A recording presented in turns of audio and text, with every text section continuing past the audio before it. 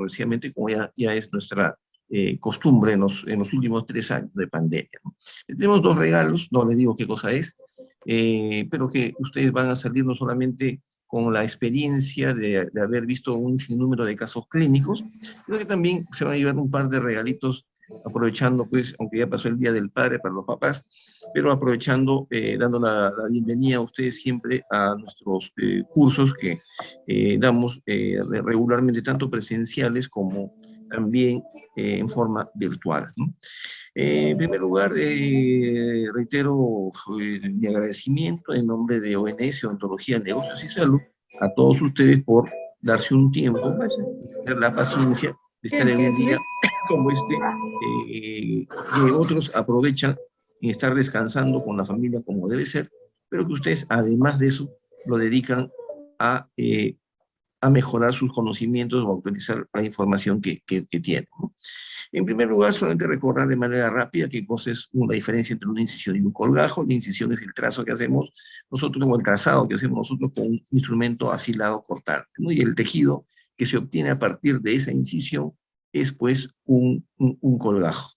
Tenemos algunas reglas que respetar o tener en cuenta para la extracción, por ejemplo, de dientes retenidos, y tenemos que tener muy en claro que de no tener dos cosas importantes, ¿no? Una es una visualización 3D del diente retenido, que es parte del curso de tomografía, y vamos a dictar en la próxima semana, la segunda semana de julio. Después de la regla número 1, ¿qué cosa viene? La regla número 2, incisión correcta y un colgajo amplio, ¿no? Y de eso nos vamos a encargar, porque de ambas cosas dependen los pasos siguientes que ya forman parte de la cirugía en sí, es decir, la osteotomía, la ontosección y la extracción misma de la pieza dentaria, en caso estemos haciendo referencia a la extracción de un diente retenido. Un buen colgajo, para poderlo obtener, tenemos que tener algunos principios, algunos parámetros básicos, que yo sé que ustedes ya dominan este tema, pero solamente para centrar el tema o para recordarles algunos parámetros. En primer lugar, el trazo de la incisión tiene que ser único, no podemos estar, disculpen la expresión, charqueando el tejido, porque eso va a traer serias consecuencias, ¿no? No podemos maltratar el periósteo, que es la base de la reparación de los tejidos blandos, y se va a permitir también una remodelación ósea sin un perjuicio grande de la cresta ósea alveolar, ¿no? Tenemos que tener en cuenta una cosa: el hacer un colgajo nos facilita la visibilidad, nos facilita el abordaje, nos hace más sencilla la cirugía, pero el hacer un colgajo implica también realizar un daño irreparable, producir, perdón, un daño irreparable en los tejidos, un daño irreparable en los tejidos blandos, y más aún un daño irreparable en los tejidos óseos. ¿Y a qué me refiero? A que la cresta ósea alveolar depende en gran medida para su regeneración de la irrigación complementaria que le brinda el ligamento periodontal y que le brinda la encía, ¿no? De tal manera que cuando nosotros hacemos un colgajo, lo que hacemos es eh, eh, desproveer, ¿no? O sea, quitarle, ¿no? Quitarle a la cresta ósea alveolar un aporte vascular complementario que por él mismo no podría, en este caso, mantenerlo en la altura suficiente, ¿no? Sabemos que cuando hacemos un colgajo en cualquier parte de la boca, ¿no? Si esta incisión, este colgajo ha sido realizado en la zona de alrededor del cuello de los dientes, después de la sutura, después de la cicatrización, después de algunos días, vamos a ver cómo la encía se retrae, cómo el hueso se reabsorbe, y finalmente terminamos haciendo más daño, ¿no? Por eso es importante recordar que el realizar un colgajo no nos exime de producir daño al paciente. Eso es importante.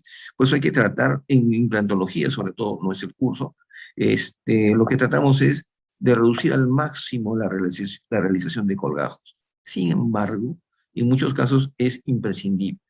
Para ello también tenemos que recordar que el colgajo tiene que estar bien irrigado, y no es cierto que el colgajo tiene que tener necesariamente la base más ancha que la parte libre, la base más ancha que la parte libre, porque nos decían en la universidad en pregrado que si ocurría eso, si no ocurría eso, perdón, el colgajo se necrosaba, y eso no es cierto. Quien le da el aporte vascular para la regeneración, y en este caso, bueno, para la reparación, porque estamos hablando de una agresión contra la encía durante la ejecución de un colgajo, entonces, en ese caso, lo que vamos a tratar de preservar, ¿no? Para darle viabilidad a ese colgajo es la preservación del periósteo. Si nosotros respetamos el periósteo, hacemos una buena disección, un buen decolado, con un buen instrumento, con una buena lega, pues vamos a no asegurar, pero vamos a tener mejor, ¿no? Una mejor expectativa de que ese colgajo no se necrose o que vuelva a tener por lo menos una apariencia parecida a lo que era antes de la cirugía, ¿no? Entonces, no es necesariamente cierto que ¿cómo se llama? La viabilidad del colgajo depende principalmente de que tenga una base más ancha que la parte del peso. No es cierto. Ahora vamos a ver. Luego el colgajo tiene que ser lo suficientemente extenso para podernos dar una buena visibilidad y también, vamos a hablar en positivo, permitir, ¿no? Que este colgajo se recupere, se fije después de algunos minutos a través de una sustancia, una proteína llamada fibronectina, se fije, se adhiera nuevamente al hueso para iniciar el proceso de reparación. Ahí sí tenemos que tener un colgajo con cierta amplitud, ¿no? Las papilas, ya está de más decirlo, doy la bienvenida a varios periodoncistas, no voy a mencionar su nombre el día de hoy, me halaga tremendamente el que estén aquí presentes, pero hay que recordar también que tenemos que hacer una buena disección de las papilas y los contornos de la encía marginal, ¿no? Y para ello, pues, utilizar una buena legra, ¿no? Existen muchas legras, no voy a hablar tampoco de eso ahora, pero tenemos que utilizar un buen instrumental. Y esto entonces nos va a permitir realizar una cirugía con una amplia visibilidad y poder hacer el procedimiento. También tenemos que tener en cuenta que la incisión, esto es parte de la conversación del día de hoy, los bordes de la incisión tienen que alejarse de la cavidad que vamos a realizar si es que vamos a hacer una osteotomía. Es decir, si la extensión de la osteotomía que voy a realizar se extiende a la zona del canino de la pieza 1.3, por ejemplo, canino superior derecho, pues la incisión tiene que alejarse de la zona donde yo calculo, ¿no? Que voy a realizar, en este caso, la osteotomía. Y si no voy a hacer osteotomía, pues el colgajo tiene que tratar de ser lo más amplio posible para evitar que la distensión del colgajo con, con el separador no produzca una isquemia de este colgajo y una necrosis posterior o una falta de irrigación que se traduzca con una dehiscencia del tejido, ¿no? ¿Qué cosa es una dehiscencia? Es un desprendimiento una separación, perdón, de los bordes del colgajo debido a una tensión excesiva de la sutura al momento de hacer la síntesis, la síntesis del tejido, ¿no? Y eso y que se puede producir no solamente porque hayamos dejado muy tensa la sutura, ¿no? O muy tensos los tejidos, sino porque pueden ocurrir complicaciones durante la cirugía por ser muy económicos, ¿no? Y producirse un hematoma o una hinchazón excesiva en ese tejido. Y al haber una hinchazón excesiva, ¿qué va a pasar? Los bordes del colgajo se van a poner tensos, ¿no? Se van a estirar, y la sutura no se lo va a permitir, y se va a producir una necrosis por isquemia en los bordes del colgajo. Y cuando ocurre eso, ¿qué hace un colega? Ninguno de ustedes, me refiero, ¿no? Un colega que de pronto no tiene la experiencia mínima en estos temas, le vuelve a anestesiar y le vuelve a colocar una sutura, ¿no? Pensando que volviendo a suturar, ahora sí los bordes del colgajo van a estar juntos, porque el paciente, desde su percepción, viene al consultorio y dice: doctor, doctora, se me ha abierto la herida, se me ha soltado el punto de sutura que usted me ha colocado, ¿no? Y el doctor cae en el juego sin querer, porque no se da cuenta que lo que ha ocurrido no es que la sutura había quedado floja, había quedado suelta, los puntos o los nudos se habían desatado. Lo que ha ocurrido es que ha habido una necrosis en los bordes del colgajo. Entonces, hacer una sutura lo único que va a hacer es agrandar más, abrir más la herida, ¿no? Por eso es que debemos de tratar que los bordes del colgajo no queden excesivamente tensos. Otra recomendación es que el colgajo sea reposicionado después de la cirugía sobre huesos sanos, si es que estamos hablando de un colgajo mucoperiósteo sobre alguna parte, sobre la tabla vestibular o palatina del hueso mandibular o maxilar, ¿no? Es decir, si cavidad, si la cavidad o la osteotomía que voy a realizar, vuelvo a repetir, se va a extender solamente a nivel de la pieza 1.3, ¿no? Entonces mi incisión tiene que ir por lo menos un diente y medio más hacia distal y hacia mesial. ¿Para qué? Para que cuando termine la cirugía, pues mi colgajo sea suturado o sea reposicionado sobre el hueso sano, ¿no? Acuérdense también que el colgajo es, perdón, que la sutura o el suturado, que es la técnica, ¿no? La sutura es el material. El suturado lo único que hace es ferulizar el colgajo para que este colgajo, estando fijo, ¿no? Ojo, para estando fijo, permita que el periósteo le dé la nutrición suficiente durante las primeras 12 a 24 horas para que este colgajo se mantenga vivo en el tiempo, ¿no? Es decir, el colgajo que está vivo, que está vital, se mantenga vivo en el tiempo, es decir, sea viable en el tiempo, ¿no? Solamente de esa manera nosotros podemos garantizar, ¿no? O asegurarnos que ese colgajo no se va a necrosar. También, bueno, lo que está en amarillo dice repliegue del colgajo sin tensiones, ya lo hemos explicado.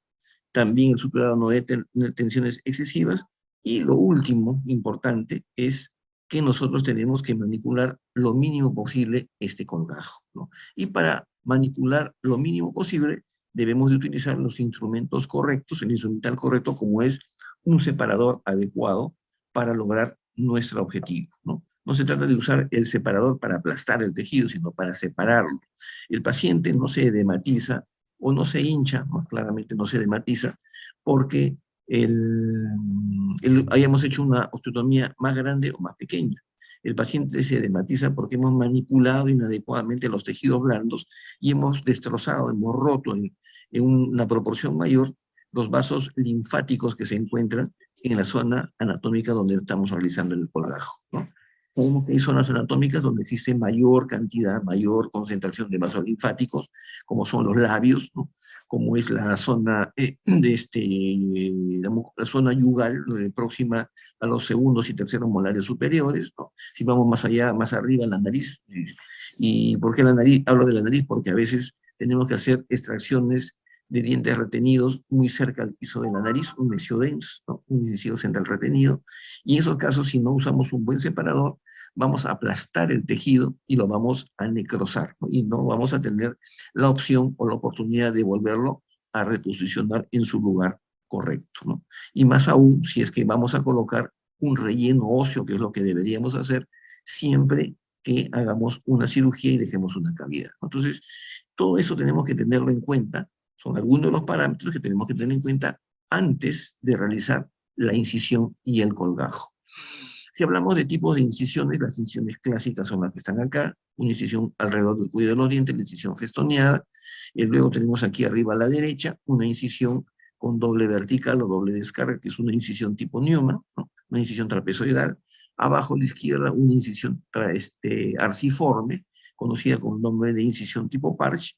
Abajo al medio una incisión con dos incisiones, un colgajo hecho en base a dos incisiones rectas, una horizontal y una vertical, ¿no? Conocida como incisión tipo Whitman, cuando el festoniano es alrededor del cuello del diente. Y abajo a la derecha tenemos una incisión clásica tipo ojal, ¿no? Tipo ojal, ¿no? Que cuando toma la forma de un rombo se le llama incisión tipo losange, ¿no? Porque en francés, en el idioma francés, losange significa rombo, ¿no? Entonces, cuando hacemos una incisión romboidal, estamos haciendo una incisión tipo losange. Que esta incisión de abajo a la derecha es utilizada exclusivamente para realizar biopsias por escisión, como es la frenectomía, o para realizar la toma de biopsias en algunas lesiones tumorales de los tejidos blandos, ¿no? Entonces tenemos dentro de la geometría, ¿no? La geometría de los colgajos y las incisiones y colgajos, y ojo que al hablar de incisión no estamos hablando del colgajo como sinónimo.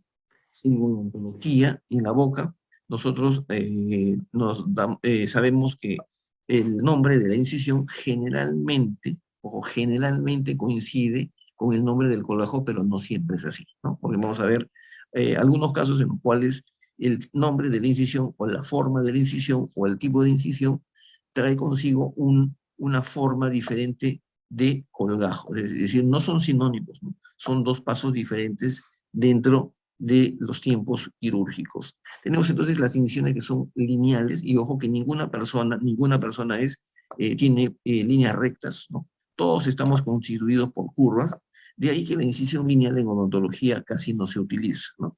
Luego tenemos las incisiones en forma de curva, la más conocida es la de Parch, pero tenemos también la de Pichler o Pichler, Tenemos incisiones monoangulares que no necesariamente son Whitman. Vamos a ver que hay varios tipos de incisiones tipo Whitman.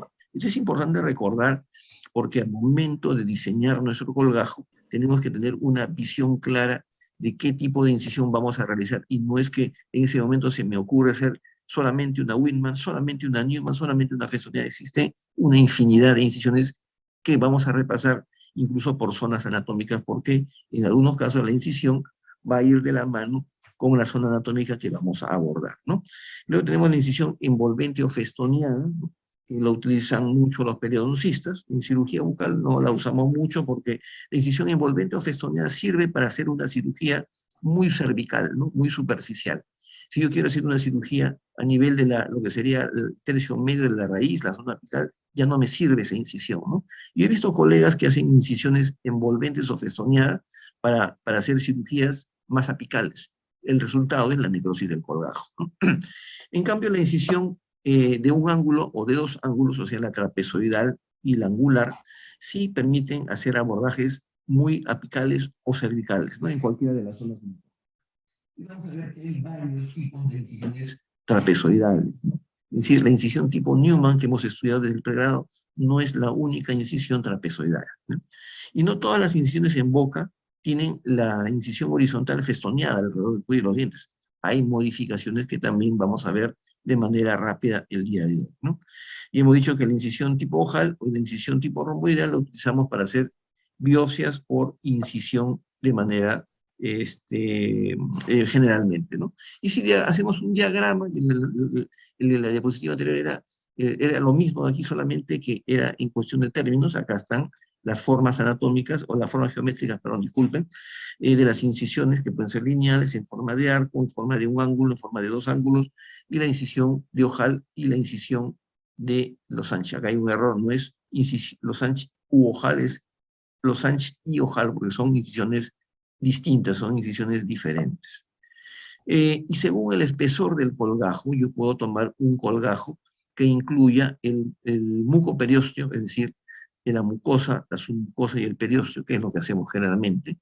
Es decir, separamos todo el tejido blando y lo desprendemos del hueso y obtenemos un colgajo de espesor completo, ¿no? Es decir, no hacemos una disección por planos anatómicos dentro del tejido blando. En cambio, cuando hacemos una incisión y distinguimos, separamos los planos anatómicos del tejido blando, estamos haciendo una incisión de espesor parcial, ¿no? Que muy poco la usamos en odontología, pero que hay casos en que sí. Vemos un ejemplo a la izquierda, ¿no?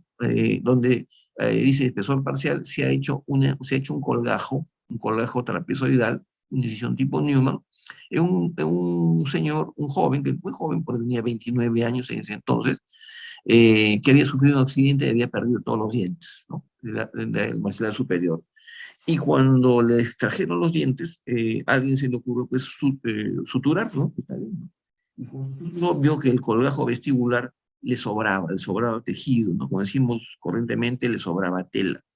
Y como le sobraba tela, se sobraba tejido, se le ocurrió cortar con la tijera todo lo que le sobraba. Lo que no se dio cuenta es que cortó toda la encía papilar, toda la encía marginal y toda la encía adherida y parte de la mucosa alveolar. Es decir, tensó el colgajo. Conclusión, después de 2 semanas, 3 semanas, el paciente no tenía fondo de surco. Este caso es del año 1980 y tantos, ¿no? De mi consulta privada, en el año 1980 y tantos. Entonces, al final, el resultado fue que este paciente no podía ser tratado con una prótesis total, convencional, porque no tenía fondo de surco. Entonces tuvimos que crearle un nuevo fondo de surco. Se le ha hecho una incisión trapezoidal, pero de espesor parcial, es decir, le he dejado todo el periósteo adherido al hueso. ¿Por qué? Porque encima voy a colocar, o se le colocó en este caso, un injerto de piel. Entonces, cuando separamos los planos anatómicos y dejamos una parte del tejido blando adherido al hueso, estamos haciendo un colgajo de espesor parcial. Cuando hacemos una disección completa, estamos haciendo una incisión de espesor completo. Y acá terminamos la parte teórica introductoria, para ver puro caso clínico, ¿no? Cuando hacemos una incisión, una descarga que le llaman, ¿no? Una vertical, nosotros tratamos de no hacer, ojo, de no hacer una incisión recta, como dice la línea B, porque las incisiones rectas traen consigo sinequias cicatrizales líneas de tensión. Vamos a apagar el volumen. Disculpen ustedes, por respeto a todos. Ahí está, seguimos. Decía entonces que nosotros no estamos formados por líneas rectas porque las lesiones rectas traen consigo sinequias cicatrizales o traen consigo zonas retráctiles, ¿no? En otras palabras, vamos a producir, en este caso particular, una retracción gingival. Y esta retracción gingival, ojo, esta retracción gingival va a ser nociva para ese diente, ¿no? Es decir, yo hago una incisión porque voy a hacer una pisectomía, no sé, un diente retenido, qué sé yo, y le voy a crear como daño una tremenda retracción gingival. Entonces, esta línea A, la línea A, tiene una ligera muesca, una ligera curvatura, ¿no? Que le da el aspecto de un palo de hockey, ¿no? Es por eso que a esta incisión con esta curvatura se le llama modificación en palo de hockey. Y cuando hacemos una incisión vertical y hacemos esa pequeña curvatura, estamos preservando la papila, ojo, y estamos preservando la papila, y además estamos rompiendo la línea de tensión. De tal manera que sí se va a producir una retracción gingival, sí se va a producir, pero va a ser mucho menor que cuando hacemos una incisión tipo lineal recta, como en el caso de la incisión tipo B.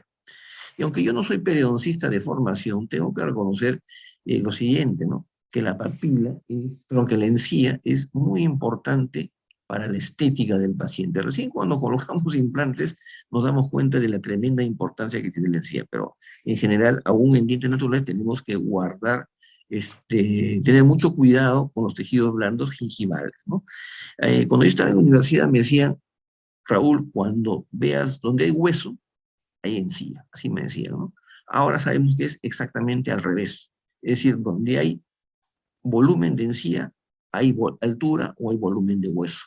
Entonces, cada vez que hacemos una incisión, lo que hacemos es quitarle la irrigación, como repito, a esta cresta ósea alveolar, que se llama cresta porque tiene mucho de hueso cortical y poco de hueso medular, sobre todo en la tabla vestibular, ¿no? Por eso es que hay que tratar de evitar de hacer colgajos, pero a veces no nos queda más remedio para hacer la cirugía. ¿Cómo vamos a desarrollar esta conversación, ¿no? En primer lugar, vamos a ver tres escenarios, tres situaciones clínicas en las cuales nos vemos en la necesidad de hacer incisiones y colgajos. En primer lugar, vamos a ver algunos casos de extracciones de dientes fracturados donde vemos la necesidad de hacer un colgajo. ¿Y cómo lo vamos a hacer, no? En segundo lugar, vamos a ver algunos casos de cirugía del tercer molar inferior y que aunque no es cáncer de tercera molar, tenemos que tener algunos parámetros para poder hacer una incisión correcta con buena visibilidad y con menor daño posible al paciente, o aún más de no hacer daño al segundo molar que está quedando, ¿no? En tercer lugar, algunos tipos de incisión que podríamos utilizar cuando hacemos algún tipo de cirugía apical, llamémosla así apicectomía, ¿no? Que la apicectomía no es la única técnica de cirugía apical, ¿no? En cuanto a la extracción del diente fracturado, vamos a ver algunos casos. Aquí vemos dos remanentes radiculares, ¿no? Alguien me dirá, lo puedo salvar, no voy a entrar en discusión si le pueden hacer endodoncia o no. Lo cierto es que este paciente fue a la clínica de la universidad para hacerse la extracción de ambos incisivos que estaban fracturados en mal estado, paciente con pésima higiene. Abajo están sus radiografías, ¿no? Lógicamente los dientes se fueron rompiendo, estuvieron en manos de estudiante pregrado que lo hicieron con mucho, que lo hizo con mucho empeño, ¿no? Pero yo le sugerí mejor darle de frente un colgajo porque seguramente se van a ir fracturando las raíces y fue exactamente lo que sucedió. Entonces, aquí han hecho un colgajo con doble vertical, una incisión llamada tipo Newman, y se llama tipo Newman porque en la parte horizontal sigue el festoneado de los dientes, ¿no? Por eso que se llama incisión tipo Newman. Hemos hecho las extracciones, el alumno hizo la extracción, ha limpiado correctamente, ha remodelado ligeramente el hueso, y el colgajo se va a reposicionar en su posición más o menos original. En este otro caso vemos un resto radicular, una pieza dentaria en muy mal estado, que incluso está fracturada subgingivalmente y de manera infraósea, se ha tenido que hacer un colgajo, se ha hecho una incisión con doble vertical, en este tiempo yo no le haría doble vertical, le haría una sola vertical, pero en fin, es una alternativa, ¿no? Se ha utilizado una técnica de osteotomía llamada la técnica de la ventana ósea, ¿no? o de la trepanación apical, en donde se ha hecho una osteotomía en la zona apical muy parecida a la que hacemos en una apicectomía, y a través de ese agujero hemos introducido el botador y hemos empujado la raíz hacia abajo, hacia oclusal, ¿no? De esta manera, de esa forma se ha extraído el diente y el colgajo después tiene que ser colocado o reposicionado en su lugar correcto, ¿no? Que es la técnica entonces de la ventana apical descrita por Gustav Ginstedt en el año 1967, ¿no? La incisión es exactamente igual en este otro caso, ¿no? La técnica de Ginstedt original es hacer una incisión igualita a la de Parche, ¿no? Luego hacer una ventana en la zona periapical, ¿no? Zona apical, y empujar a través de la zona periapical hacia oclusal el resto radicular que se ha fracturado. Pero cuando hay poco tejido, o hay poca encía adherida, ¿no? Como ocurre en algunos pacientes, nos vemos obligados, como en este caso, a hacer una incisión tipo Whitman, perdón, una incisión con una sola vertical y una horizontal, y luego hacer una trepanación vestibular que ya nos permita extraer el diente. Lo importante es que esas incisiones nos han permitido ver claramente la zona apical, con una vertical o con dos verticales. Entonces, cuando elijo una vertical o dos verticales, cuando quiero ver más, hago una vertical. Cuando quiero ver mucho más, hago dos verticales. O sea, cuanto más incisiones verticales hagan, cuanto más descargas hagan, van a tener mejor visibilidad. Ya va a depender de cada uno cuánta visibilidad quieran tener o en cuánto espacio quieran ustedes trabajar. Lo que para mí es mucho, para Carlos es poco, para Renzo es demasiado y para Silvia no es nada, ¿no? Entonces, todo eso es relativo, ¿no? Siempre es relativo. Vamos a ver unas consideraciones para la incisión de los terceros molares. Esto se lo voy a compartir después, ¿no? Son incisiones hechas descritas en un artículo del año 2020, no está tan antiguo, estamos en 2022, en donde hace una descripción de todas las incisiones desde el año 1930 hasta la fecha, ¿no? En las cuales se han descrito un sinnúmero de incisiones que se pueden realizar en la zona de los terceros molares inferiores, ¿no? Y en este artículo describen específicamente dos nuevas incisiones, ¿no? Una incisión que le llaman la incisión de colgajo de bolsillo modificado, ¿no? En donde se hace solamente dos trazos de incisión, dos incisiones en ángulo recto, ¿no? Una en forma oblicua, en forma de diagonal en la zona retromolar, y el otro siguiendo un pequeño festoneado en la cara distal del segundo molar, ¿no? Pero para esto tenemos que tener un diente que no esté en una posición muy profunda, y ojo, hacer una incisión en un espacio tan pequeño lo realizan en un espacio tan pequeño. ¿Por qué? Porque en este artículo la cirugía la han realizado con ultrasonido quirúrgico, es decir, con motor piezoeléctrico. Esa incisión tan pequeña no la podemos hacer cuando utilizamos alta velocidad, ¿no? ¿Por qué? Porque la alta velocidad, el aire, perdón, de la alta velocidad sale a presión. Y si está en un espacio muy cerrado, porque hemos hecho un colajo muy pequeño, vamos a insuflar el aire dentro de los tejidos y se va a producir el famoso enfisema, ¿no? Y lo peor del enfisema no es el aire en sí, sino son las bacterias que ingresan a través, perdón, conjuntamente con el aire, ¿no? Y sucede pues que la alta velocidad contiene, nos guste o no, ojo, contiene, nos guste o no, bacterias que vienen incluso desde la misma compresora, ¿no? Por más filtros que le pongan, por más agua estéril que le pongan en el tanque, ese trayecto está contaminado porque no puede ser esterilizado, ¿no? Entonces, repito, cuando utilicen alta velocidad, háganlo, pero utilicen incisiones muy amplias, hagan colgajos muy amplios o muy abiertos, ¿no? Esa es la técnica de bolsillo modificado. Y el otro tipo de incisión que describen en este artículo de 2020 es el colgajo triangular modificado, ¿no? Las siglas en inglés MTF. Y ustedes ven que tiene doble vertical, pero la primera vertical está en diagonal también por distal del segundo molar, y la segunda vertical está entre el tercio y los dos tercios de la cara vestibular del segundo molar, ¿no?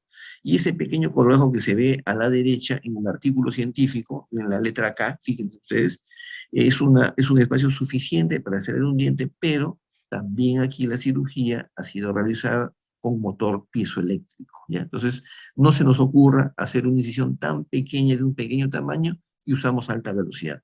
Yo no estoy en contra de la alta velocidad, ¿no? Lo que sucede es que si yo tengo un equipo de ultrasonido quirúrgico, puedo tomar la decisión de hacer, en este caso, un trabajo, una osteotomía con alta velocidad, o en otro caso, un caso B, utilizar el motor piezoeléctrico. Pero si solamente tengo la alta velocidad, lo haré con alta velocidad, pero mi colágeno tendrá que ser bastante amplio para evitar el problema del enfisema, ¿no? Y acá vemos tres tipos de incisión de un solo ángulo. Y no es que la única incisión de un solo ángulo se llama Wilman, no. Tenemos, en primer lugar, la incisión monoangular clásica, dos rectas, que es la que utilizamos en la zona del tercer molar. En el tercer molar no, muy pocas veces usamos el festoneado, ¿no? ¿Por qué no usamos el festoneado? Porque tendríamos que hacer el festoneado alrededor del cuello anatómico del segundo molar. Y vamos a producir lo que se llama el síndrome del segundo molar, ¿no? ¿Y qué es el síndrome del segundo molar? Es aquella situación clínica en la cual el segundo molar termina con un descubrimiento del cuello porque hay una retracción gingival, o más aún, o peor aún, la cara distal de la raíz del segundo molar queda descubierta de hueso. ¿Por qué? Porque el tercer molar estaba impactado directamente sobre la raíz. Extraemos la corona del tercer molar y la cara distal del segundo molar se queda sin soporte óseo y se produce una enfermedad periodontal. A veces se produce caries y se termina en endodoncia o con pérdida del segundo molar. Eso se llama el síndrome del segundo molar. Entonces, todas esas cosas pueden suceder si es que hacemos un festoneado en el colgajo de la zona del tercer molar alrededor del cuello del segundo molar, ¿no?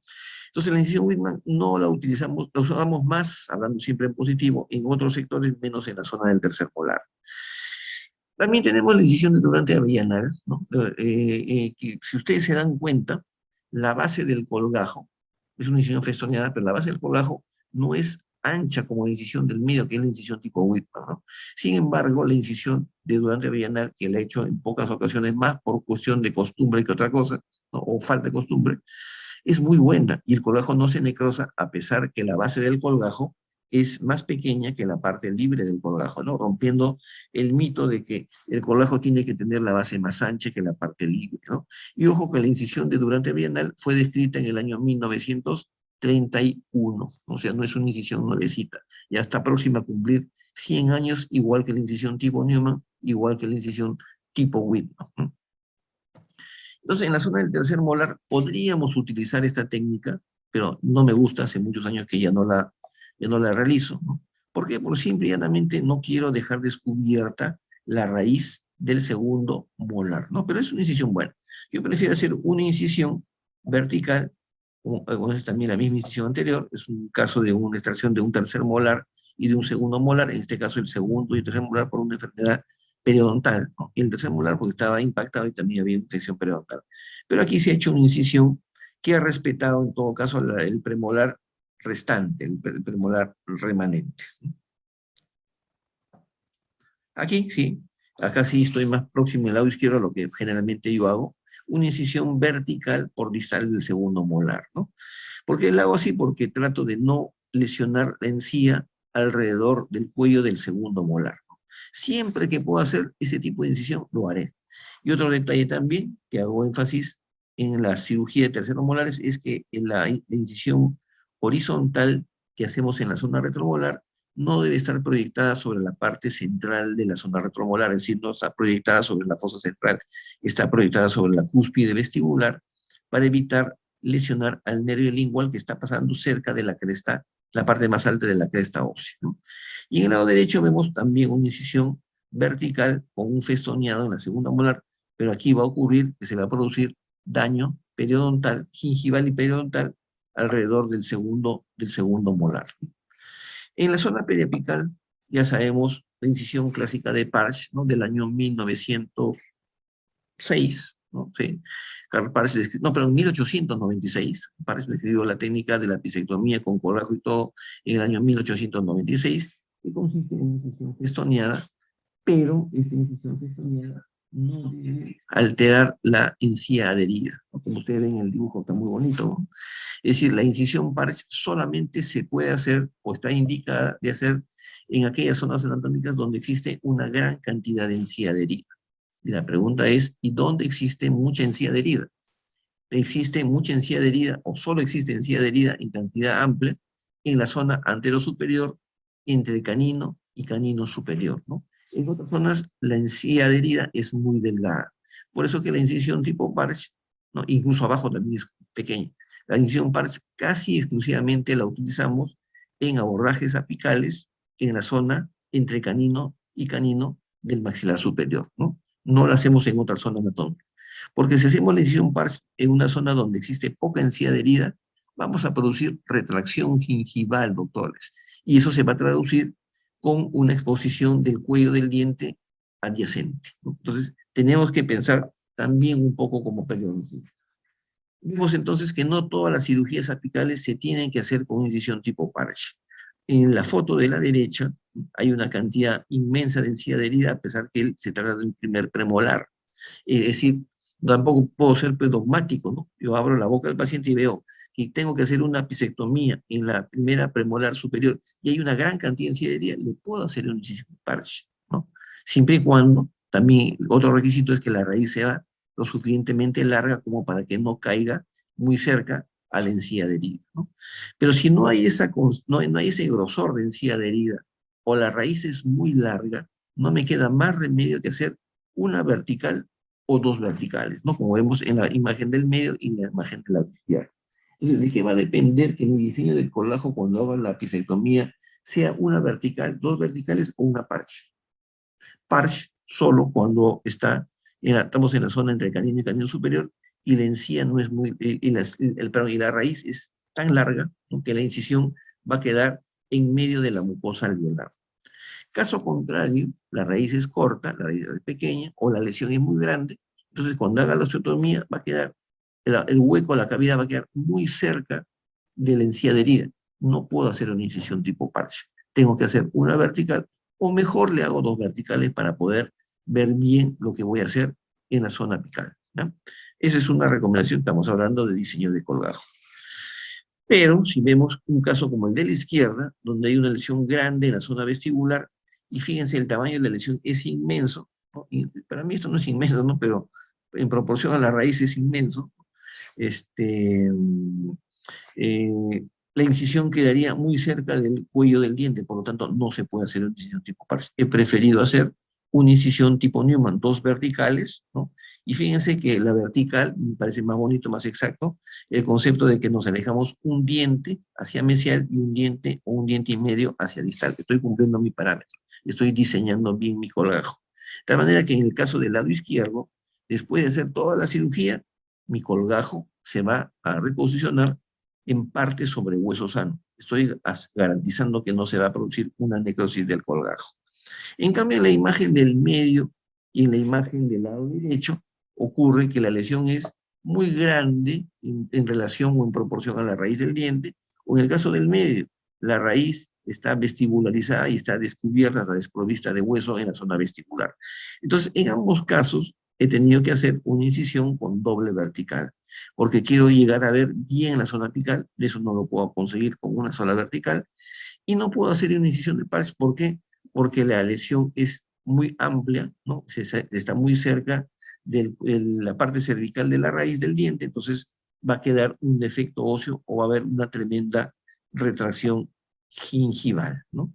En este caso también la lesión era tan grande, yo veía en la periapical que la lesión era tan grande, ¿no? Y la raíz no es muy larga, la de lateral, entonces dije, mejor le hago una incisión con doble vertical. Después de la cirugía lo relleno con hueso, le pongo su membrana, o si no, no le pongo, ya depende de cada uno. Y después el colgajo lo volvemos a suturar y lo volvemos a colocar teniendo hueso sano por debajo. Y de esa manera estoy seguro que no va a haber una gran retracción gingival y la regeneración del hueso va a ser mucho mejor, ¿no? Pero ¿qué pasa si el paciente tiene una buena encía adherida? Uno, dos, la lesión está apical y la raíz es muy larga, es muy larga.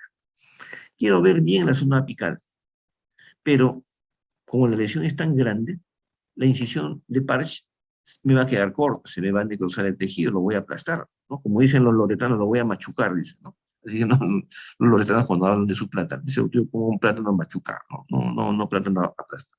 Lo cierto es que el colgajo lo vamos a aplastar, y si lo aplastamos el colgajo, se va a necrosar. Hacemos una sutura del colgajo de Parch, y después la herida se va a abrir. ¿Y qué nos dice el paciente, doctor? La sutura se rompió, ¿no? el colgajo lo hemos maltratado, ¿no? Entonces, en este caso, como el paciente tiene una buena encía de herida, un buen proceso de encía de herida, le he hecho dos verticales y una horizontal. Pero el horizontal no sigue el festoneado del cuello de los dientes, sino sigue la forma de la línea mucogingival, ¿no? Para quienes les gusta la periodoncia, la línea mucogingival es el límite en la encía de herida y la mucosa alveolar, o sea, la mucosa libre. Esa línea mucogingival en muchos casos tiene también la forma de un festoneado o a veces de una línea sinuosa nunca recta. A esta incisión de doble vertical, en donde la parte horizontal sigue la forma de la línea mucogingival, se le llama incisión tipo Watson, ¿no? Y es muy útil porque nos alejamos del cuello de los dientes y el riesgo de producir retracción gingival es cero, ¿no? Es cero. Pero la sutura la tenemos que hacer por lo menos con un hilo 4 ceros o 5 ceros, ¿no? Mejor, ¿no? ¿Por qué? Porque si colocamos o suturamos con un hilo muy grueso, lo único que vamos a conseguir es que se produzca una necrosis del colágeno. Y es aquí una parte de lo que estábamos, es la parte más corta, que hemos hablado sobre el diseño de los colágenos en la zona retromolar inferior, el diseño de colágenos cuando hacemos extracciones de dientes fracturados, ¿no? Y el diseño de los colágenos en una cirugía aplicada. El día de hoy, como hacemos siempre en todos los cursos, estamos, ¿cómo se llama?, entregando, ¿no?, compartiendo el libro de diagnóstico de las enfermedades clínicas de las faciales por el monto de 100 soles para aquellos doctores que el día de hoy se inscriban y que tienen que hacer solamente colocar su nombre y su teléfono en el chat, ¿no? En el chat de este curso. Entonces, ya mañana, la señorita Eliana Ramírez, ¿no?, que es mi secretaria, ¿no?, se va a encargar de ir llamando a cada uno de los doctores, ¿no?, para que pueda enviarle el libro a ese costo que yo creo que es bastante simbólico, ¿no? Y quienes quieran, ustedes han visto algunos videos muy interesantes en 3D, ¿no? Perdón, en HD, son parte de más de 2000 videos que tenemos grabados desde hace años en nuestro consultorio, un consultorio de todos los pacientes que vienen a la consulta, ¿no?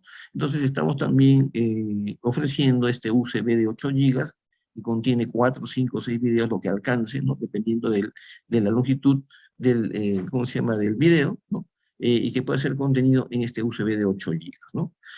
Para ello el costo es de 50 soles y también los que tengan a bien, estén interesados, nos colocan ahí en el chat para que mañana, el día de mañana, la señorita Eliana les llame por teléfono y ustedes digan, yo quiero un video de episectomía, un video de tercera molar, un video de un implante, no sé, lo que ustedes solicitan y que pueda ser contenido dentro de este UCB que coincidentemente, como se dice, fiel a lo que hacemos en el consultorio más, ¿no?, tiene la forma de un implante, ¿no? O sea, no es un implante de verdad, es un UCB de 8 gigas con, con la forma de un implante. Y seguimos, ¿no? El primer regalo que les tenemos, ¿no?, el día de hoy, sea que se anoten para el libro, para el UCB o no tampoco, todos se van a ir regalados. Terminada la clase vamos a compartir un ebook, ¿no?, un PDF, no sé si quieren llamarlo así, es un ebook con información al tratamiento, al manejo de hemorragia dental. Porque si hacemos un colágeno, estamos sujetos, ¿no?, estamos de repente expuestos, perdón es la palabra, estamos expuestos a que se produzca una hemorragia. ¿Cómo la vamos a manejar? Hay varias formas, algunas recomendaciones. Esto se le va a entregar en forma gratuita a través del WhatsApp del grupo. Sí, Elizabeth, levanta la mano la autora Elizabeth Timo. ¿Cómo estás, Elizabeth? Si tienes alguna pregunta, con el mayor gusto.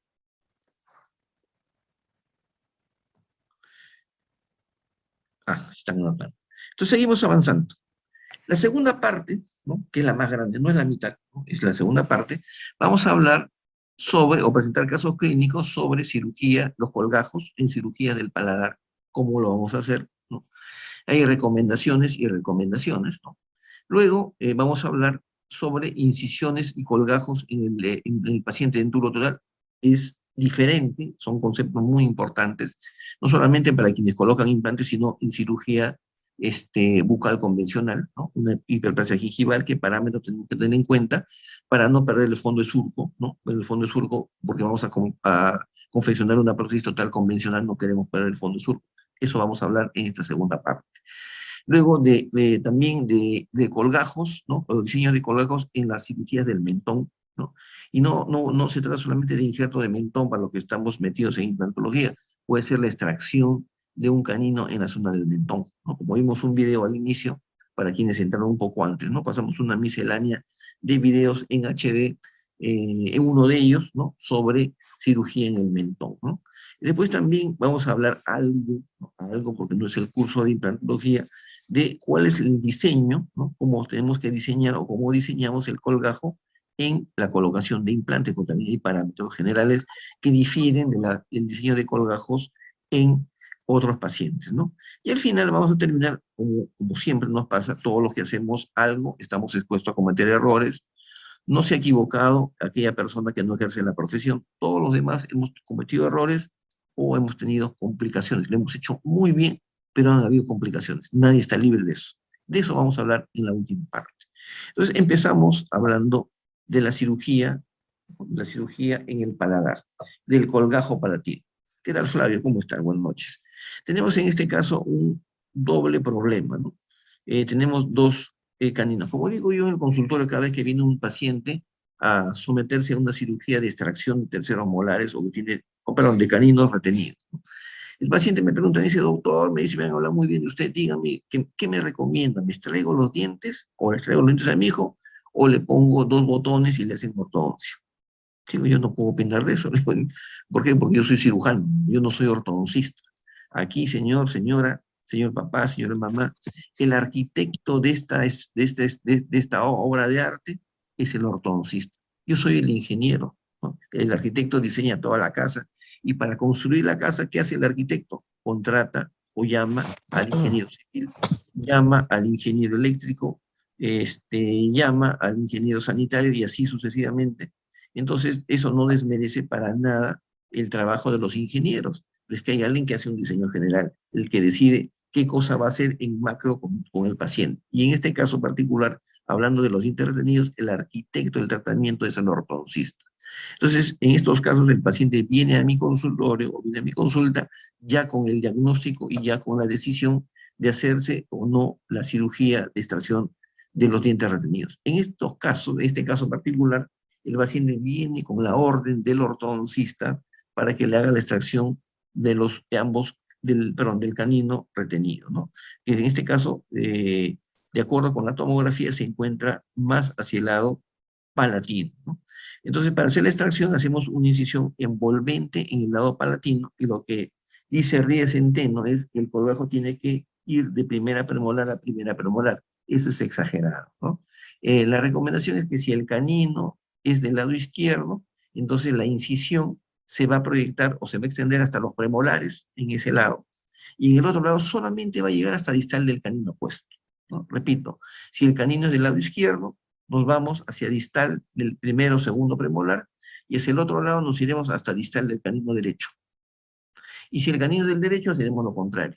Doctor, y si son ambos caninos, ahí sí nos vamos de premolar, distal de premolar a distal de premolar, ¿ya? Entonces no tenemos que hacer una incisión amplia, grandaza, inmensa, ¿no?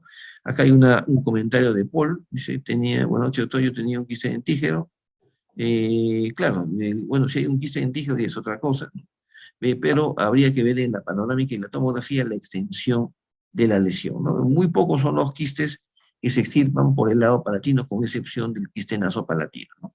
Después la mayoría de ellos se extrae o se sirva mediante un abordaje vestibular, ¿no? Entonces, la recomendación es esta en los caninos, en los dientes retenidos del paladar. Miren, este paciente me lo envían para colocarle un botón de ortodoncia, pero noto en la tomografía y clínicamente que el canino está superficial, ¿no?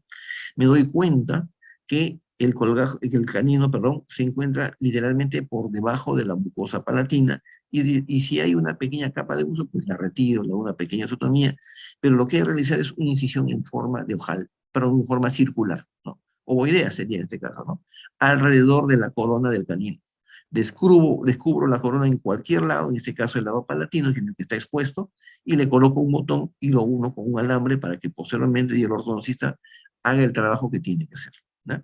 Entonces, en este caso no he necesitado de hacer una incisión envolvente palatina. O sea, no es que todos los dientes del lado palatino los vamos a borrar mediante una incisión palatina. Eso no está bien, ¿no? Tenemos que tener sentido común y tenemos que tener criterio clínico en este caso, ¿no?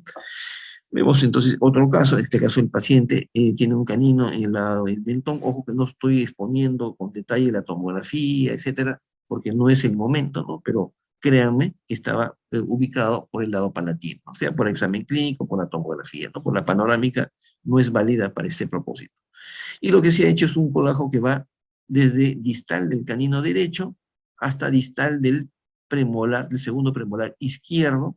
¿Por qué hemos hecho la incisión así? Porque el canino que estamos extrayendo, que hemos extraído, es el canino del lado izquierdo, la pieza 2.3, ¿no? Entonces no necesitamos que el colgajo vaya de oreja a oreja, ¿no? En otro, y eso en cuanto a los dientes retenidos en general del lado palatino. Voy a retroceder al anterior para hacer el comentario. Y si se trata de un mesiodens que está en la mitad, pues no necesitamos llegar ni a las premolares, ¿no? La incisión llegará solamente hasta distal del canino del lado derecho y el canino del lado izquierdo. O sea, decoraremos la papila distal del canino derecho-izquierdo y eso va a ser suficiente para obtener una buena visibilidad y poder hacer nuestra cirugía de extracción del mesiodens, ¿no?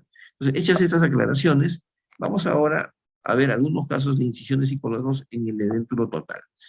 En el edéntulo total no tenemos que hacer incisiones verticales, ¿no? Olvídense las incisiones verticales en los viejitos, en los edéntulos totales, pero corrijo la palabra, porque hay jóvenes que no tienen dientes, ¿no?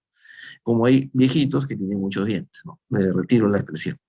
Entonces, en el edéntulo total o en el edéntulo amplio tenemos que evitar hacer incisiones verticales. ¿Y por qué? Porque no queremos que cuando hagamos el suturado, todo el vestíbulo se nos venga encima, ¿no? Porque uno de los grandes problemas para quien va a confeccionar la PPR, si es que es un edéntulo parcial amplio, o si es un edéntulo total y le van a confeccionar una total inferior o superior, no queremos que el paciente pierda el fondo del surco vestibular. Y para que eso no suceda, o para que no se venga encima también el piso de la boca, que también puede ocurrir, debemos de evitar, tenemos que abstenernos de hacer incisiones verticales en los edéntulos totales, a menos que se trate de un tumor o de un quiste, que es un tema ya de especialidad, ¿no?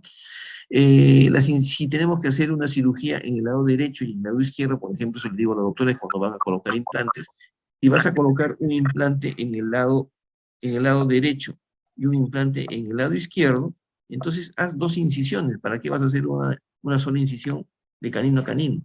Porque se te puede venir encima el fondo de surco, ¿no?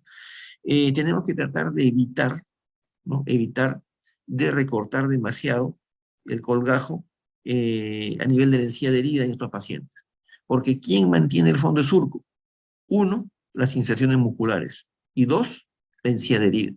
Si a un paciente le cortamos la encía de herida, un ejemplo total, le quitamos la encía de herida, ese paciente va a perder fondo de surco vestibular, ¿no?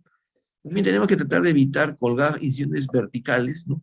Para evitar complicaciones como el hematoma y sobreinfecciones posteriores, ¿no? Y la sutura tiene que ser muy fina con hilos 5-0. Entonces, esto lo está viendo el libro de Peñarrocha, eso no debemos de hacer, ¿no? Es un ejemplo de lo que no debemos hacer. No hay que hacer incisiones verticales en los pacientes edéntulos totales, sea para una hiperplasia, si tuviera una hiperplasia como acá, miren qué bonito este caso, ¿no? Siempre me gusta mostrar. Ven arriba a la izquierda el caso preoperatorio con una hiperplasia fibrosa en el fondo del surco vestibular. En el lado superior derecho vemos que ya la hiperplasia ha sido retirada. Pero si se dan cuenta, yo he tratado de evitado recortar la encía de herida. Luego abajo a la izquierda aparece la sutura y me da la impresión que ha perdido mucho fondo de surco. Y después de 3 semanas vemos en la foto, miren qué bonito, que el paciente ha preservado su fondo de surco vestibular. ¿Por qué preservar el fondo vestibular? Porque no hemos recortado la encía de herida durante la cirugía. La incisión horizontal ha respetado la encía de herida.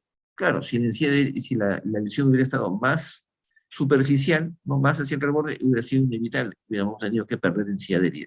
Pero aquí se ha tratado de evitar esa zona anatómica. Vemos un paciente con un pobre hueso, con un hueso pobre, yo estoy hablando como charapa, implante derecho, implante izquierdo, ¿no? Pero acá había un error, ¿no? El error ha sido hacer una incisión vertical. Después pagué mis culpas, porque cuando empecé la rehabilitación sobre el implante, todo el fondo de surco vestibular se me venía encima constantemente, ¿no? Igual acá también había un error, en el lado izquierdo se le ha hecho una incisión vertical tímida, pero vertical, y en el otro lado se ha hecho una incisión vertical franca. Suturamos, hemos desaparecido el fondo de surco. se borró el fondo de surco.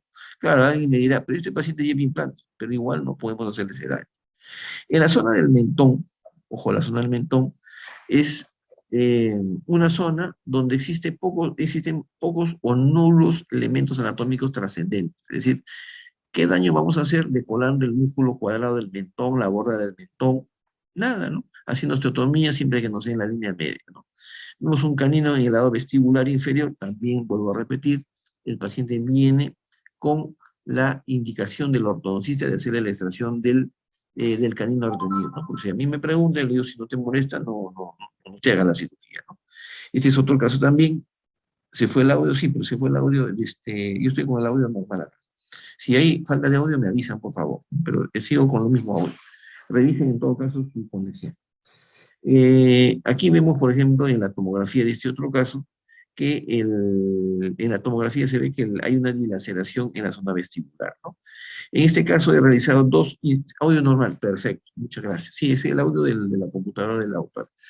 He realizado doble vertical. No me gusta hacer ahora la doble vertical, ¿no? En este caso sí, porque el vértice del canino se encuentra muy cerca del tercio apical y tercio medio, ¿no? El capuchón pericoronario está próximo al tercio medio de la raíz del incisivo lateral.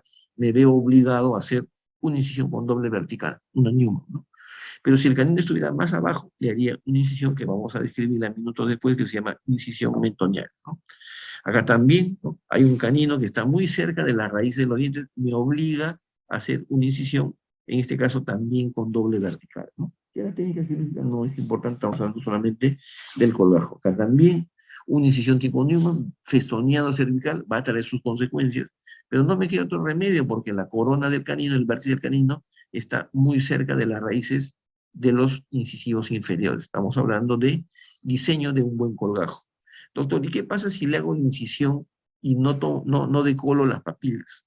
Se va a producir una necrosis y una retracción gingival mucho mayor que lo que puede ocurrir acá, ¿no? Entonces, nos vemos obligados a hacer incisiones festoneadas en estos casos. Igual que en este paciente, miren, tiene muy poca encíadería, casi nada, ¿no? Casi nada. Me veo obligado a hacer una incisión con doble vertical porque la corona del canino está muy cerca de las raíces de los incisivos inferiores. En este caso he sido drástico, he sido muy agresivo porque hay un quiste, ¿no? Este era un queratoquiste, ¿no? Un queratoquiste en la parte inferior del mentón. He retirado todos los dientes posibles, imagínense, solo como comentario, ¿para qué le hacen tratamiento de ortodoncia si hay un quiste o un tumor, ¿no? Me parece que es innecesario, ¿no? Y es más, me parece que empezaron a hacer la ortodoncia sin radiografías, ¿no? Porque si no se hubieran dado cuenta de la lesión, pero es un comentario muy aparte de lo que estamos conversando. Entonces, como aquí hay una lesión que está muy cerca del reborde alveolar, aquí sí he tenido que hacer una incisión con doble vertical y un festoneado a nivel de la cresta del hueso, que no lo hago regularmente, ¿no? Esto es porque se trata de una lesión tumoral o una lesión quística. En la zona del mentón tenemos una incisión que se llama incisión lineal en el mentón. Voy a avanzar una diapositiva y después retroceder. Es esta. Es una incisión lineal que sigue la forma de la línea mucogingival, ¿no? No es que me haya desconcentrado y hecho una línea sinuosa, no es así.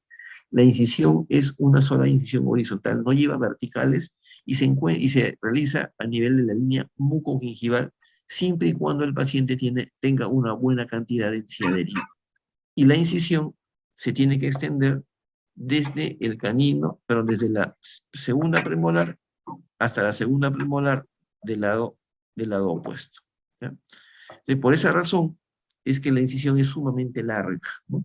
Sea que el diente retenido, sea que el injerto de mentón la tomemos del lado izquierdo o del lado derecho, la incisión es igualmente amplia, igualmente larga, ¿no? Otro caso también injerto doble del mentón, pero la incisión ha sido en la línea mucogingival. Acá también otro caso de injerto del mentón del lado derecho, la incisión sigue la forma de la línea mucogingival, ¿no? Sigo pasando, por eso ya lo hemos explicado. Vamos a ver ahora de colgajos en implantología para quienes colocan implantes. Hemos dicho, tratar de no hacer incisiones verticales, solo horizontales. Como se ve arriba a la izquierda, dos implantes separados de la otra canina, por lo tanto, dos incisiones independientes. En cambio, en el paciente de arriba a la derecha y en el paciente inferior, una sola incisión, porque vamos a poder abordar quirúrgicamente la zona donde vamos a colocar implantes adyacentes o implantes cercanos o próximos, ¿no? En implantología usamos la incisión en forma de H, ¿no? ¿Por qué? Porque si lo vemos desde oclusal, la foto de la derecha, ¿no? Nos damos cuenta que se ha hecho una incisión sobre la cresta del reborde. Y luego hemos hecho una incisión en forma de C, ¿no? Ojo, en forma de C en el incisivo central, y una incisión en forma de C, pero contraria, ¿no? En el lado vestibular y palatino del incisivo, del canino, perdón, ¿no? Entonces se ha formado una letra H, de la famosa incisión en forma de H, que la utilizamos mucho para colocar implantes en zonas donde hay dientes en ambos extremos, ¿no? Dientes hacia mesial y dientes hacia distal. También acá otro caso de incisión en forma de H. Dos incisiones en forma de H, a la izquierda en la zona molar inferior, a la izquierda en la zona premolar y canina del lado superior, no hacia el superior.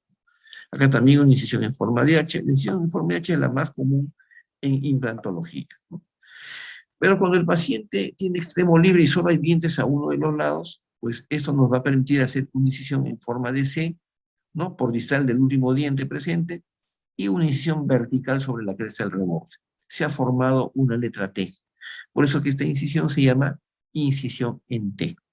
Doctor, y si no voy a poner implantes, pero voy a salir un diente retenido, también la incisión es en T, ¿no? O sea, tratamos de no hacer incisiones verticales en esta zona para tratar de evitar que el fondo de surco, o lo que es peor, que el piso de la boca, se nos vengan encima.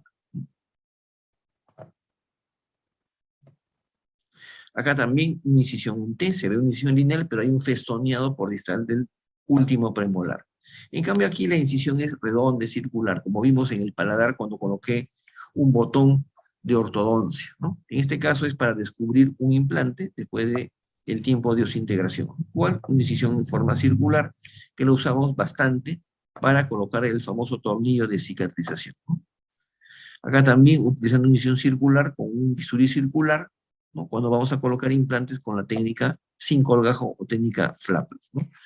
Pero la incisión trapezoidal, ya salimos de la incisión metoniana, salimos de los implantes, ¿no? Podemos colocar implantes o haciendo una cirugía adelante, nos vemos obligados a hacer una incisión trapezoidal porque la zona anatómica no es muy visible, ¿no?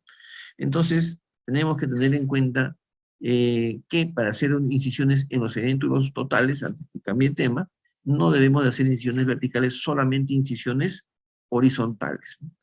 Y cuando queremos aumentar el volumen de hueso, ahí sí, necesariamente la incisión tiene que ser trapezoidal, ¿no? Tiene que ser trapezoidal y tiene que tener las verticales solamente dentro del espacio dentro donde vamos a hacer el aumento de reborde, ¿no? Son dos consideraciones anatómicas o quirúrgicas, pero importantes, ¿no? Tenemos que hacer colgajos de espesor total, ¿no? Para aumentar el volumen de hueso. ¿Ves? Como acá, arriba a la izquierda, el caso después de haber hecho la extracción, un defecto óseo inmenso, la incisión está alejada de los bordes de la cavidad para que después el colgajo se reposicione sobre el tejido sano. Le colocamos el injerto de hueso con un tornillo y luego suturamos y traccionamos el tejido. Pero ojo, aquí hemos puesto relleno de hueso, hemos puesto volumen de hueso. Por lo tanto, el tejido blando ya no va a poder cubrir, ¿no? No va a quedar chico el colgajo, no va a faltar tela para poder cubrir el defecto. Por eso es que hemos tenido que hacer una incisión vertical, o doble vertical, perdón, para que el colgajo se deslice hacia la zona oclusal y poder rellenar este defecto, ¿no? Como se ve bajo la derecha. Acá también le faltaba volumen de hueso y se tuvo que extraer el otro incisivo por falta de soporte óseo y se ha hecho doble vertical y una horizontal, ¿no? Una incisión trapezoidal tipo Newman. Acá arriba, en este caso, hemos hecho una incisión de un solo ángulo, ¿no? Estamos extrayendo un canino superior izquierdo que se ha fracturado y la incisión vertical no es una línea recta, sino es una curva. Esto es, doctores, la incisión de Durante Avellanal. Durante es el nombre, ¿no? Avellanal es el apellido. Entonces, la incisión de Durante Avellanal, un español que describió esta incisión en el año 1931, no es nueva, describe una técnica de incisión de un solo ángulo en donde la vertical es una curva y donde el colgajo tiene la base más pequeña que la parte libre. Sin embargo, el colgajo, como ustedes ven abajo, no se necrosa. Ojo, el colgajo no tiene que tener necesariamente la base más ancha que la parte libre, ¿no? No sé quién describió eso o quién inventó, pero la verdad es que eso no es necesariamente cierto, ¿no? Doctores, no se olviden, los invitamos, ¿no? Los invitamos a nuestro curso teórico taller presencial, donde le vamos a enseñar a utilizar el programa Blue Sky, pero ya no para hacer planificación digital, que lo hacemos en el curso de implantología, sino para usar el Blue Sky para el manejo o el diagnóstico de dientes retenidos, para trazar el trayecto del conducto dentario inferior y para saber si el diente que voy a extraer, el diente retenido que voy a extraer, por ejemplo, está o no en relación íntima con el conducto dentario inferior. Y también ver el uso en cirugía endodóntica o para ver lesiones apicales con el programa Blue Sky, que es muy, pero muy interesante. Vamos a tener toda una mañana y parte de la tarde haciendo la práctica el día sábado, porque el día viernes es la teoría, el día sábado va a ser la práctica en las respectivas computadoras, y eso le va a permitir ampliar tremendamente su capacidad de diagnóstico para mejorar el, ¿cómo se llama?, el flujo de pacientes en su consultorio, ¿no? Y finalmente tenemos que compartir algunos errores, ¿no? El doctor, sí, Paul, ese curso es el día viernes en la noche, es la teoría vía Zoom, ¿no? Y el día sábado es la práctica que tenemos que hacer la presencial, porque tenemos que meter la mano en el software para poder estar presentes, porque la única manera de aprender es metiendo la mano, ¿no? En ese caso, compartiendo experiencias vivenciales, ¿no? Desafortunadamente, si queremos aprender esto, creo que es mejor hacerlo en forma presencial, ¿no? Entonces decía que solamente no comete, dice, el doctor será con PC, pero sí, tiene que llevar su laptop, ¿no? Y le vamos a dar las características de la laptop porque el programa de Blue Sky, que es para planificación digital, tiene algunos requerimientos de la laptop para que pueda levantar el programa y también para poder correr. Es un programa fabuloso, le soy sincero, ¿no? Ha sido inventado, ha sido desarrollado para planificación digital, pero el uso es múltiple y es gratis, ¿no? Es gratis, ni vuelve a quedarle, ¿no? Si es gratis, es bueno, bonito y barato, ¿no? Entonces, decía que todos podemos o estamos sujetos a cometer errores, ¿no? Algunos errores se pueden prever, sí, pero a veces es inevitable, no somos seres humanos, nos descuidamos, nos distraemos 5 segundos y ya lo hicimos, ¿no? Desgraciadamente.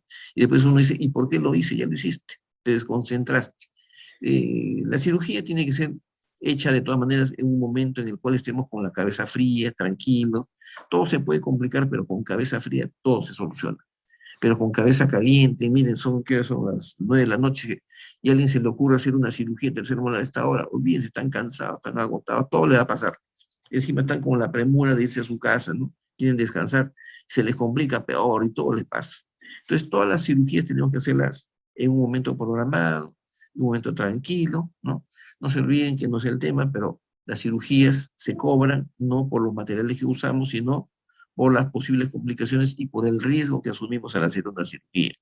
Nadie está libre de que se produzca una complicación. Y en la incisión también pueden haber complicaciones, pero también estas complicaciones pueden ser consecuencia de errores de nosotros mismos el diseño del colgajo. Por eso que me pareció muy interesante este tema, me alegra mucho que han habido entre ingresos y salidas más de 150 personas el día de hoy, porque es un tema transversal que todos lo hacemos en el consultorio, ¿no? Entonces se puede producir el colgajo durante la incisión o durante el decolado, que es grave, ¿no? Realmente eso. Charqueamos el tejido, como decimos, ¿no? Y eso va a determinar que el colgajo se retraiga, que ya no calce en el sitio original, que las papilas se retraigan y tengamos un paciente con dehiscencias, con rotación gingival, a veces también con pérdida de hueso muy graves, ¿no? En la zona del cuello del diente, y eso es consecuencia de un mal diseño en el colgajo, ¿no? También puede ocurrir que la incisión sea muy económica, siempre digo, los odontólogos seríamos los peores ministros de economía, ¿no? Porque no podemos economizar, ¿no? Hace unos minutos, antes de la clase o de la charla, me llamó, me llamaron de un centro radiológico nuevo donde están tomando tomografías y me dice, doctor, si es cerca del lugar, pues ya le mande el paciente, ¿no? Entonces me llaman por teléfono y dice, ya le voy a mandar, doctor, a su WhatsApp las imágenes. Digo, yo no necesito las imágenes, yo necesito la tomografía. Y te voy a dar mi correo para que me mande la tomografía. Pero ya en las imágenes que tú me has mandado, yo veo que tú has segmentado solamente ¿no? La mandíbula donde hay dientes. Yo no te he pedido que segmentes. Ah, sí, pero doctor, pero usted sabe que el tema económico del paciente le dimos la oferta. Discúlpame, le digo, discúlpame la malcriadez, pero a mí no me interesa lo que cobra en el centro radiológico. A mí me interesa tener toda la información de la cabeza, porque al final eso va a ser importante no solamente para mí, sino para el paciente. El tema económico lo arreglas con el paciente, pero no hagas experimentos con el paciente que vas a segmentar, que le vas a poner un campo, si le vas a tomar la tomografía con un campo cerrado o campo abierto. Esas cosas, digo, conmigo al menos no va, ¿no?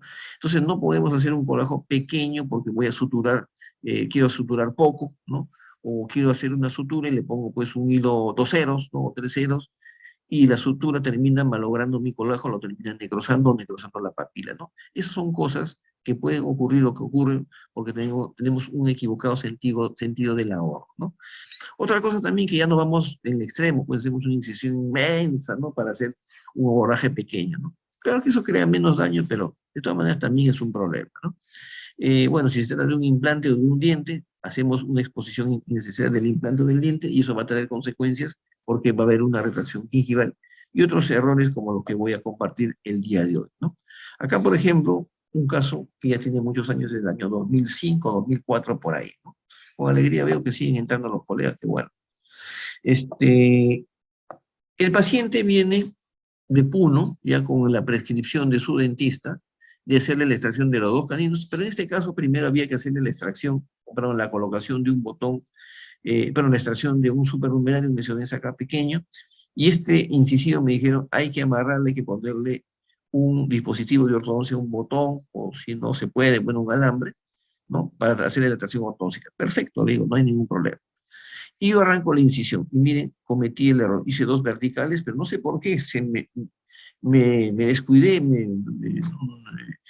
se me tapó la mente en un segundo. Y la incisión que está cerca o bordeando el incisivo central, miren, se me charqueó. Hice mala incisión. Continué con el tratamiento, continué la fotografía, hice la extracción del supernumerario, el Mesiodens. Luego le coloqué su dispositivo de ortodoncia, todo bonito. Miren, el colgajo, la papila está desprendida, esto va a tener consecuencias. Después de algunos días, bueno, acá está la sutura, a los pocos días, ¿no? El paciente viene para retirar la sutura, ya no uso seda, hace muchos años. Ahora uso solamente ácido poliglicólico o ácido policláctico. Y después de 2 semanas y media, miren, vienen para retirarle los puntos y aparentemente todo va marchando muy bien, ¿no? Esa es la foto del lado izquierdo, todavía con un hematoma. Pero en la foto de la derecha, que corresponde a los 21 días después de la cirugía, ¿qué vemos? Vemos una zona, una coloración rojiza, ¿no? En la encía, lo que sería la encía marginal, porque esto no es encía marginal, ¿no? Que trasluce. Y se ha producido una gran retracción gingival, ¿no? ¿Qué cosa es lo que ha sucedido? ¿Se acuerdan del, voy a retroceder, ¿se acuerdan del mal, el equivocado colágeno que hice en el lado derecho? Ahí está la consecuencia. Se ha producido una retracción gingival.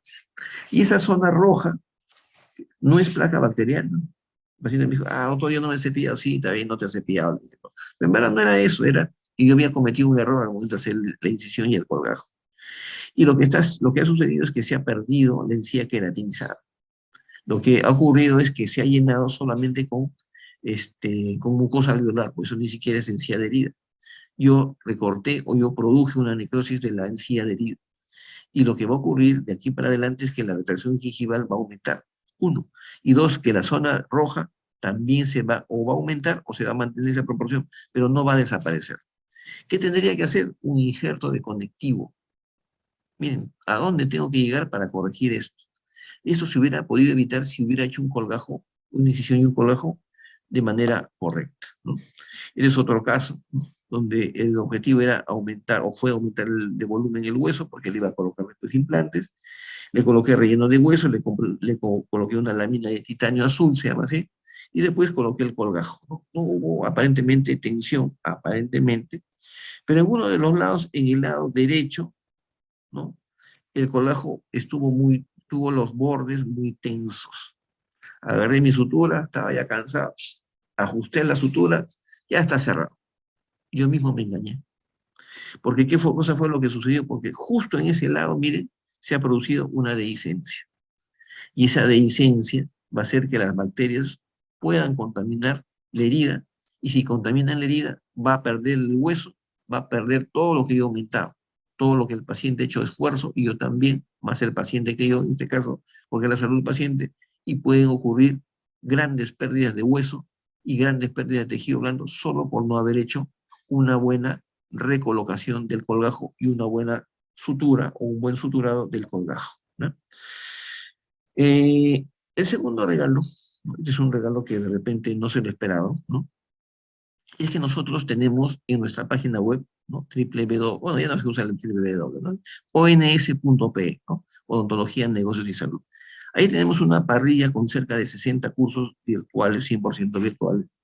Y el día de hoy, lo que vamos, y ahí tenemos una infinidad de cursos, ¿no? Entre ellos, uno que me gusta mucho, le he dedicado mucho tiempo, que es el curso de diagnóstico radiográfico y tomográfico, ¿no? En este momento, lo que quiero es que los 3 primeros doctores que escriban su nombre y pongan su teléfono, en este momento, queda grabado, está quedando grabado, le vamos a obsequiar a cada uno de ellos 3 un ingreso libre, ¿no? Durante un mes a cada uno de esos 3 cursos. Así que los invito, por favor, a que coloquen su número. Te está quedando uno, están moviéndose los dedos rápidamente. Los 3 primeros van a recibir ese obsequio, ¿no? Que es un obsequio que nadie se lo esperaba y de pronto tampoco las personas que trabajan conmigo, porque se me ocurrió en el transcurso de la tarde que sería bonito, pues, que ya estamos en la era digital, ¿no? Ya no solamente ya sería bonito pues, que nuestra amistad no terminara el día de hoy, sino que tuvieran la oportunidad de tener acceso a esos cursos. Esos cursos tienen precio, pero para los 3 primeros que se han inscrito, que se han anotado, va a ser absolutamente gratis, ¿no? Entonces, tenemos 2 regalos, el primero va a ser para todos, el segundo para los que tuvieron la mano más rápida. Yo vi, ¿no? Que cuando pasé la diapositiva, inmediatamente comencé a llenar, porque enfocaron su vista en el mensaje que hice acá, para los 3 primeros dentistas que quieran su celular en el chat, va a ser el curso virtual gratis, ¿no? Entonces ya estamos avisados de que tenemos información amplia, ¿no? Amplia, que podemos compartir. Acá tenemos otro caso, en el cual también se ha hecho un aumento de reborde, se ha colocado una lámina de titanio, una malla de titanio en este caso, ¿no? Y además se le ha colocado un relleno de hueso por debajo, ¿no? Lo que ha ocurrido es que por no haber hecho una sutura adecuada, miren, en el lado derecho no se abrió, pero en el lado izquierdo, donde la sutura sí fue hermética, se abrió, y donde se abre el colgajo ya no podemos suturar. Esto ya no es un error, ¿no? Esto es una complicación. Y en esta complicación, esa retracción gingival va a producir, o produjo finalmente, ¿no? Por ahí está Benito, lo he visto, por Benito Ceballos, ¿te acuerdas, Benito, de este caso?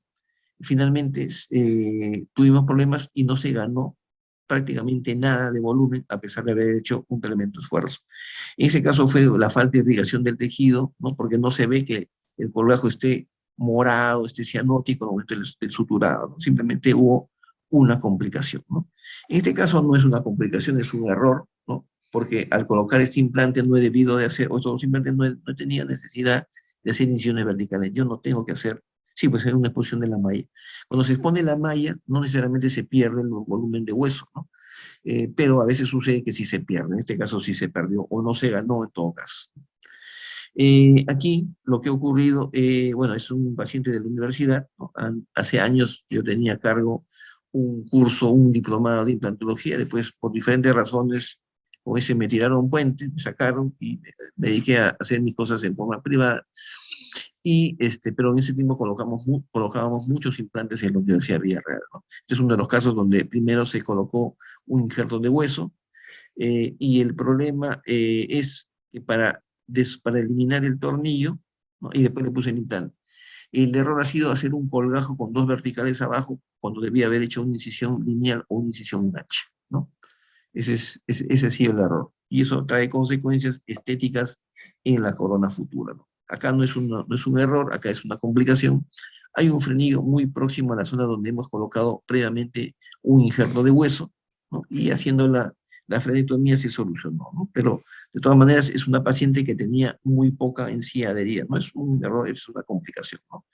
Aquí vamos a ver un caso donde, viendo en retrospectiva, perdón, no debía hacer cosas, ¿no? Esta es una señora que viene para colocarse muchos implantes en el maxilar superior y se le tenía que extraer esos 2 últimos molares que son terceros molares, ¿no? Se le colocó los implantes en la derecha. Dije hace un rato, no hay que hacer incisiones verticales.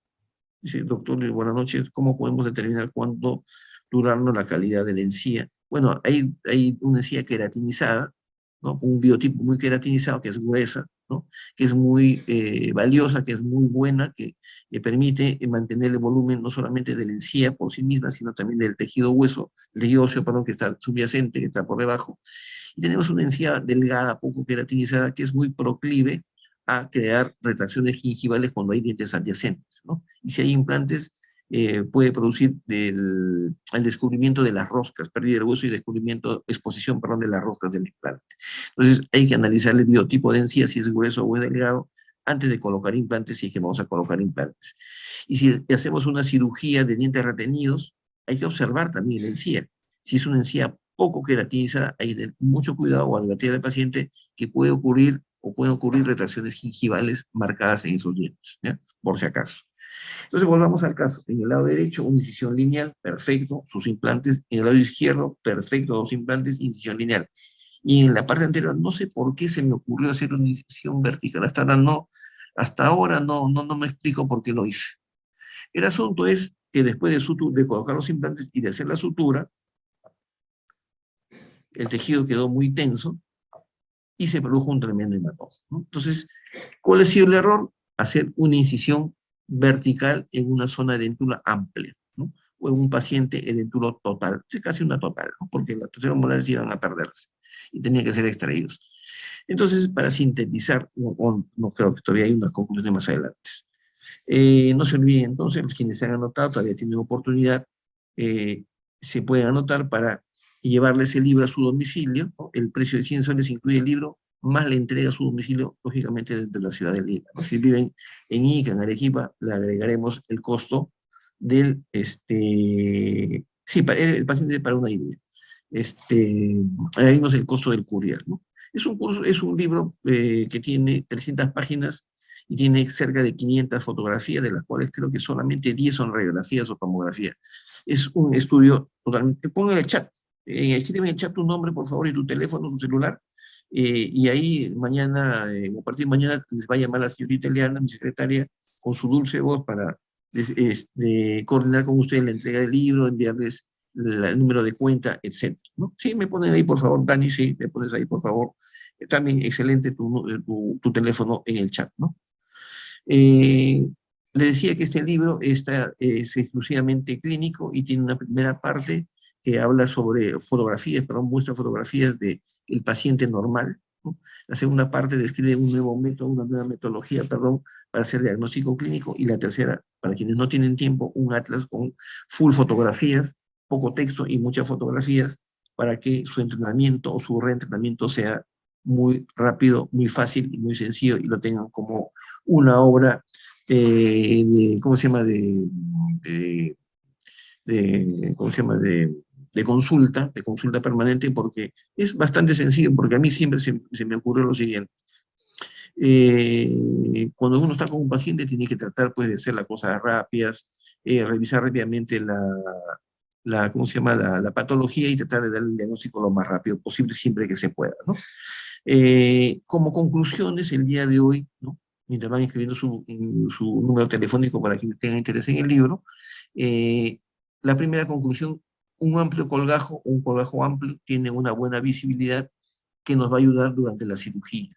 Cuanto más rápido hagamos la cirugía, porque tenemos mejor visibilidad, el paciente va a tener menos morbilidad, menos complicaciones, menos hinchazón, menos dolor, menos complicaciones en general.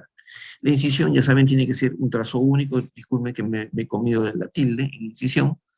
Existen varias alternativas para un buen colgajo y ustedes saben, no existe una sola alternativa. Les he mostrado muchos casos clínicos para que vean que en la misma situación clínica podríamos hacer diferentes tipos de colgajo y todos van a ser exitosos, ¿no? Tengan un buen instrumental para no estar manipulando inadecuadamente los tejidos en todo caso. La sutura, ¿no? La sutura cumple su función solamente en las primeras 24 a 48 horas. Después la sutura no tiene ningún objetivo. Ya el colgajo se adhirió a través del periósteo, ¿no? La sutura la retiramos después de 5 o 7 días solo porque le produce dolor o le produce sangrado o molestia al paciente durante el retiro del hilo. pero en realidad la sutura solamente cumple una verdadera función las primeras 12 a 24 horas, ¿no? Y un mal diseño del colgajo trae como consecuencia eh, resultados estéticos inadecuados, sea para el paciente a quien le van a colocar implantes o al paciente con dientes naturales. Es peor, bueno, no sé cuál sea peor, ¿no? Pero el daño va a ser el mismo.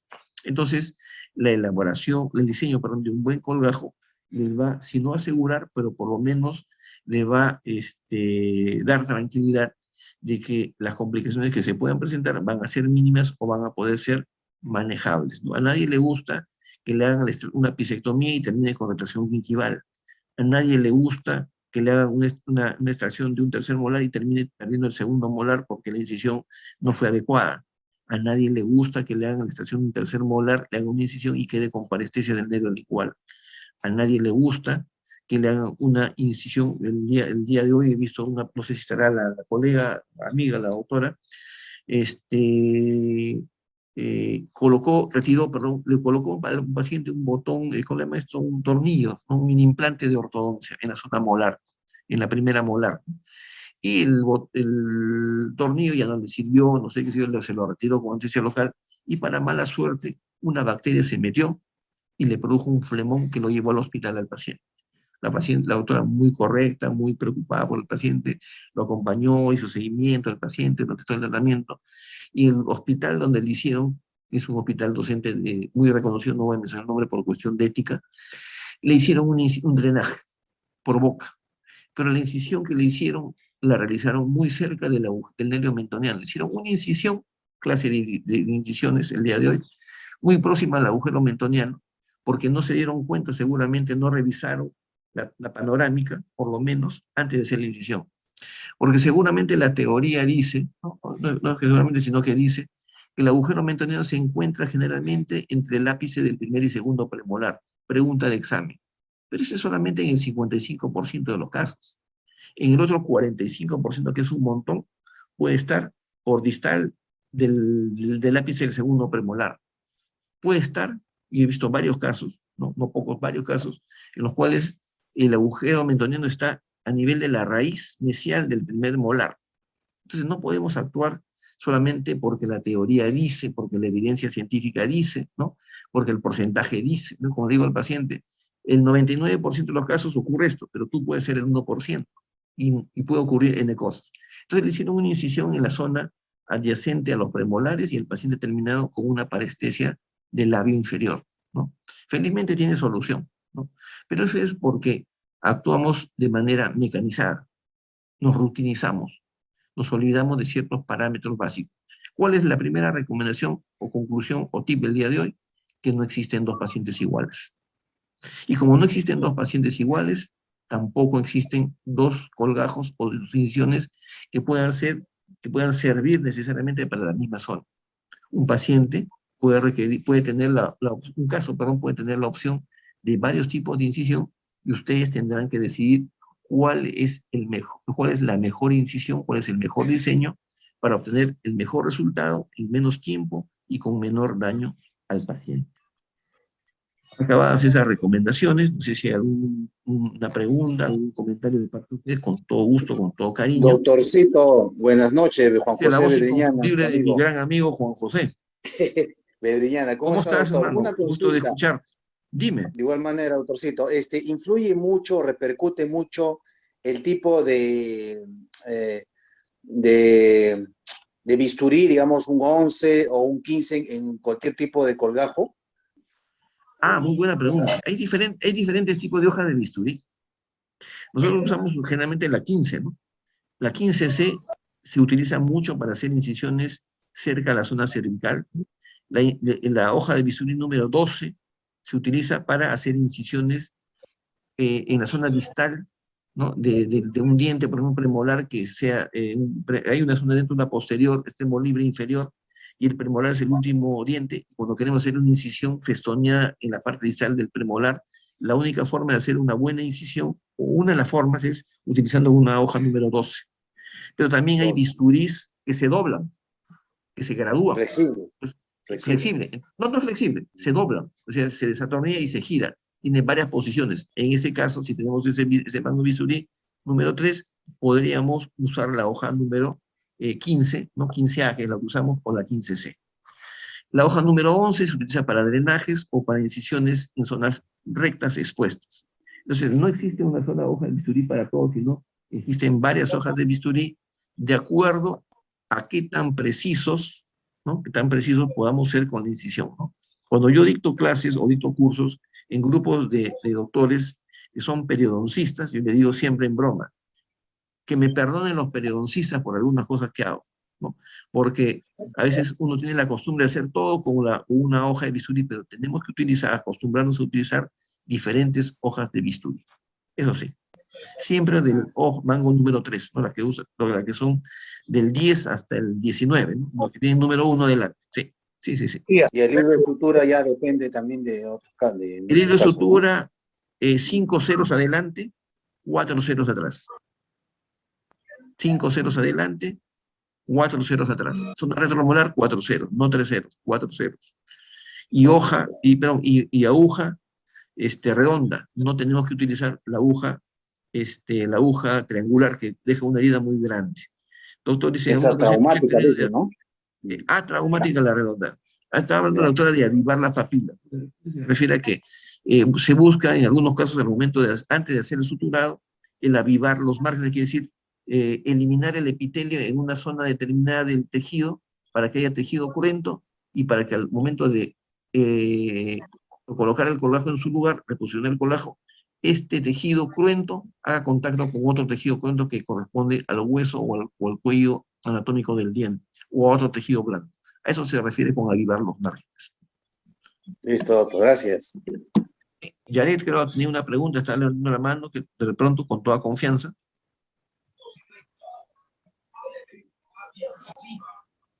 Bueno, estimados colegas, el tiempo se nos ha pasado volando.